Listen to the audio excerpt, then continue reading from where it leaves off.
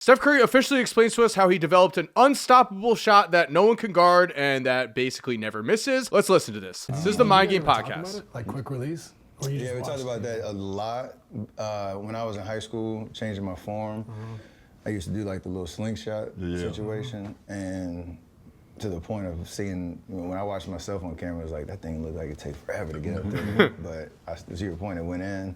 But as I got to varsity, I was like, it's probably not going to, that thing's getting swatted to the 8th row. And you was able to dissect that. My dad. Your dad, okay. Your dad called it out. We have multiple clips to go off of here to just really encapsulate Steph's shot. But I think we can all relate to when we were younger, unless you grew up really tall. When we were younger, we were shooting from the hip. As I was making that transition, I wasn't with it at first. I was, because I knew he was going to have to break down all the fundamentals of everything that I felt comfortable with to then master like a new form. It felt like it too much. Yeah, it's like, I don't want to do extra credit on the home. I already know the formula. Like, I got to recreate it, and obviously it worked. But I feel like, first of all, someone really needed to do this with Shawn Marion. I mean, would Shawn Marion have been an all-time great if his shooting form was not outrageous? Look at that shooting form. Look at this. Imagine he had Steph Curry for a dad.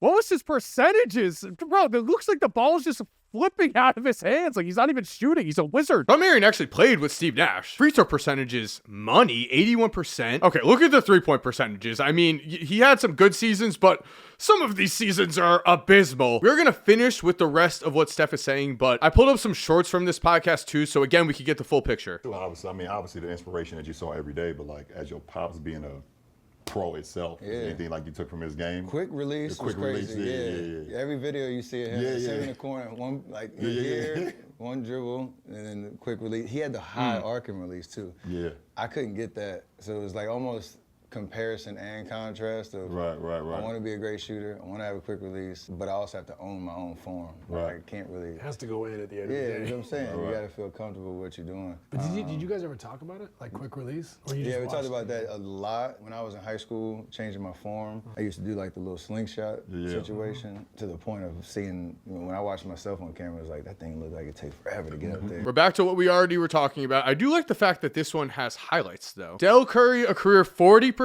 three-point shooter, played in the wrong era. Back in the day, if you shot like 5 three-point attempts per game back in 1995, you were breaking boundaries, to be honest. Let's look. Also, 6th man of the year. Shout out.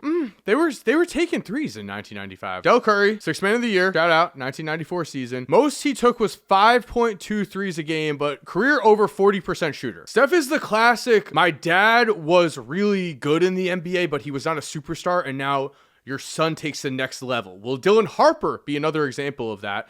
I mean, Ron Harper, champion, 20-point per game scorer, I believe, as well. So shot a little better than Dell, but always, obsessed with it. Watching you shoot, like Klay Thompson, also an example of that. I think I have a bit of a classic shot. I get it to like Klay, get into the pocket and shoot. Yeah. What I think you brought to the game, and I'd love for you to tell me I'm full of it, is you don't really stop. So like you talked about this shot as a kid to now it's the same shot but up here. Like I don't really feel like you stop, and if you do, it's like this split second. Only probably on like just standard catch and shoot, where I always tell people, like I would teach Klay's form to anybody who said, hey, how do I shoot a basketball? I would like pull up a clip of Klay. Would you rather that's freaking Klay? I mean, Klay's form is notes, right? You literally catch and just. But to your point, it helped me off the dribble. I think on catch and shoot, I'm agreeing right here. I think on catch and shoot, Klay's form perfect, unstoppable, because it's just so quick and it's just already right there. You're just firing it up. But Steph, off the dribble, because it's kind of, I'm gonna call it unorthodox, but it is a one-piece shot that, no matter if you're really all the way on balance or just off, or if you got it on the right hand, left hand off the dribble, like whatever it is, I kind of can get it here quick enough that through the zone, and I still have all of my power. I don't lose anything through that, so that's helped me, especially at 6'3", like in the league. No matter who's in front of you, you really feel like I have a chance. As long as I get them to drop their hands a little bit, I can get it up there quick, and I don't want to have any wasted motion. And we have a clip right here. Well, this one's also fun. Ooh, quality a little weird. Like, look at. We see, first of all, just gets it up. Look at just zero space. And also, daps up the opposing coach.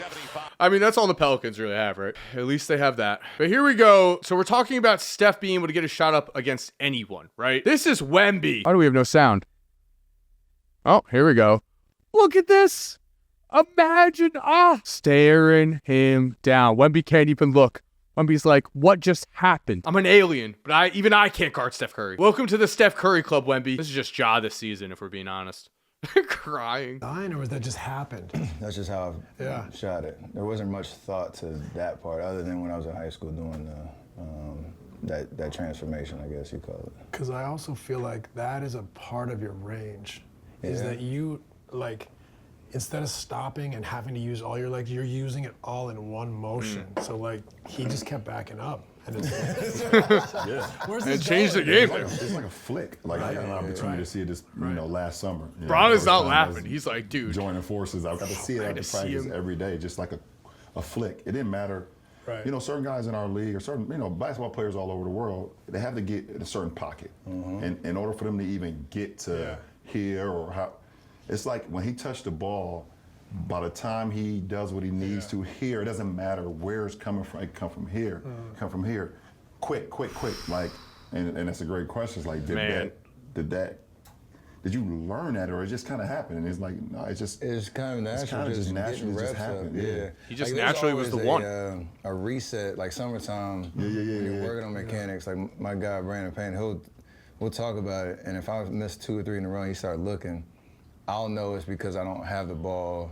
Like if we're talking middle of the frame, I don't have it more middle to right. Like I'm more kind of doing that. And it's just you get a little lazy, right? But I still have to call that out. But then once you get into, the game and the flow, there's not much thought to it. But it's interesting because, like, necessity is the mother of invention. Like, you kind of invented something. Like, you've gone on to be the greatest shooter of all time by, like, a long margin. Like range, accuracy, dexterity, off the move, left, right, leaning in, leaning back. Like you do it all. But like I don't know if you could do that if you had picture perfect form. I'm not saying you don't, but you invented a way of going through the zone. Like you said, off the dribble, like it's up. Yeah, I really feel like the off the dribble is what we need to take away from this, is that Steph's shot is perfect for off the dribble, perfect for tight spaces. Like again, catch and shoot. It's like Clay is just, he catches and he's like, but Clay, catch, shoot, it's just up. Now, I do love this podcast, and I do love that LeBron and Steve Nash giving us our takes. I mean, this is an elite combo. So we don't need to pull up Warriors versus Cavs clips, but let's look at this shot. You and Katie. Because LeBron mentioned. When you was quadruple team. Look at this. I can't believe you froze us out like that. You shot that crazy shit. You had the ball that was. Okay, so this was 87-93. I mean, this is getting cut off. I need to just pull up the actual game footage here. Does Curry have another banger? Does he have another banger? With 1 minute left on the clock, Team USA was slowly starting to feel the pressure, but then this happened. Was there any doubt? Dancing up a two. The audacity. Double team. Bang! It's a goal. Night. This is what he's talking about. So look, LeBron is so open. LeBron's wide open. Kevin Durant wide open. Steph is like, I don't care if there's 2 guys right on me. Night. There's 2 on you, and you looked at him, and he was like. He threw it back. He was like, He threw it back. And then I just like, I gotta get something going. And, Oh my and God. I just saw this right.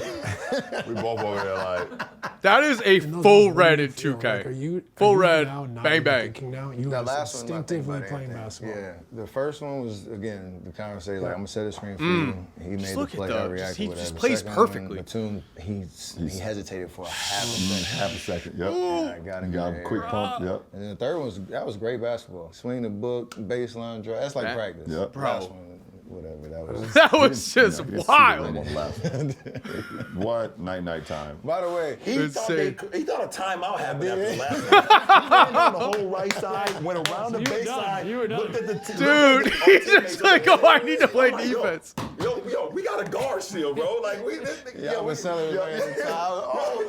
Oh my gosh, that's He too got the rebound, funny. Then he Oh, book. passed I it. love these guys. I love them. Passed the book. Yeah. And then I was like, Yeah, we're good. We're good. It's one of the best experiences. Like it was everything. People like ask me all the time, like, finally got an opportunity to play with Steph. Like, what was it? I was like, everything and more.